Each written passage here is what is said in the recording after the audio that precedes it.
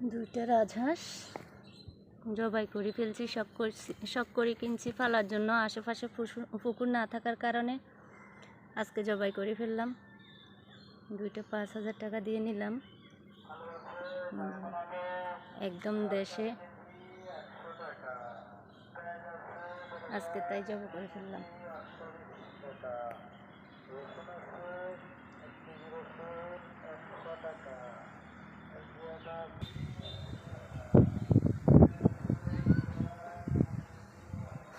দুইটাই পরিষ্কার করতে খুব কষ্ট হবে, এখনও জীবিত, ঠিকভাবে মারা যায়নি, তাকাই আছে। একটু পরে এগুলোকে গরম পানি দিয়ে সিদ্ধ করে পরিষ্কার করে নেব। দেখো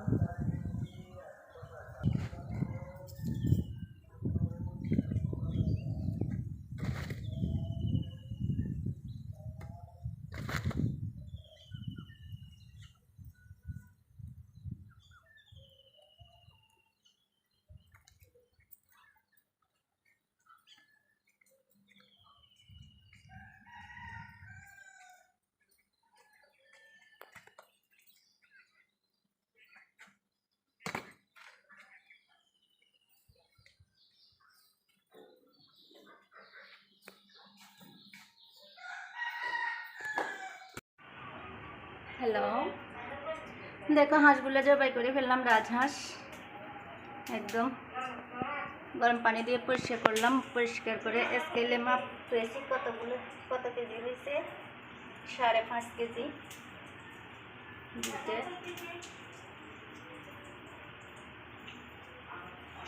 5.5 কেজি হয়েছে হাঁসগুলো। এবার এগুলোকে গোসল করে নিয়ে আসলাম। গায়ে হলুদ মাখবো। দেখো, হলুদ না মাখলে কালারটা চেঞ্জ হয়ে যাবে, তাই হলুদ মেখে আগুনে পোড়াবো।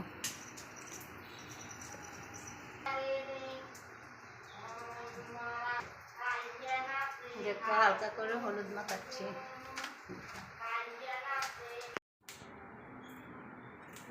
দেখো, দুইটার মধ্যে হলুদ মাখাচ্ছি হালকা করে।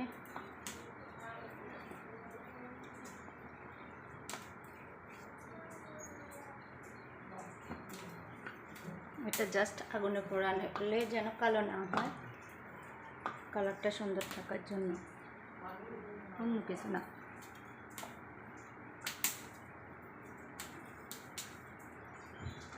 হালকা সব দিকে। এটা হচ্ছে হাঁসের গায়ে হলুদ।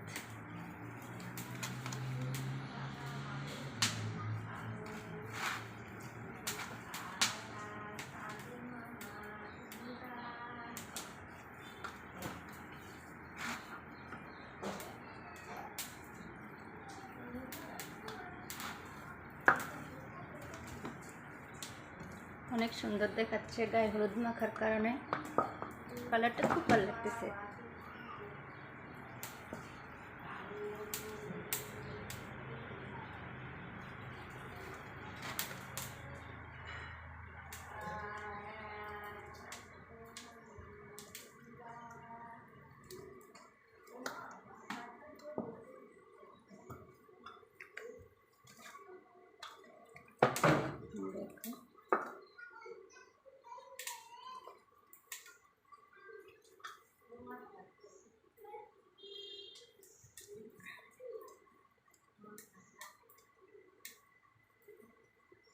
দেখো, হলুদ মাখার কারণে পশমগুলো আলতোভাবে দেখা যাচ্ছে। এবার এগুলোকে আগুনে পোড়াবো, তারপর পরিষ্কার করে আবার গোসল করিয়ে নেব।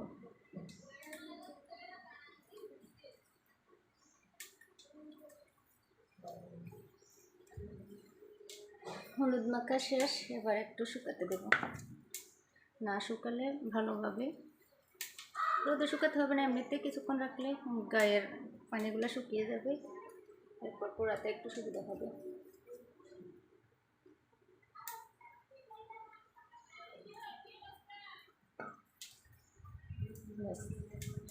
কে কে এইভাবে হাঁস পরিষ্কার করো?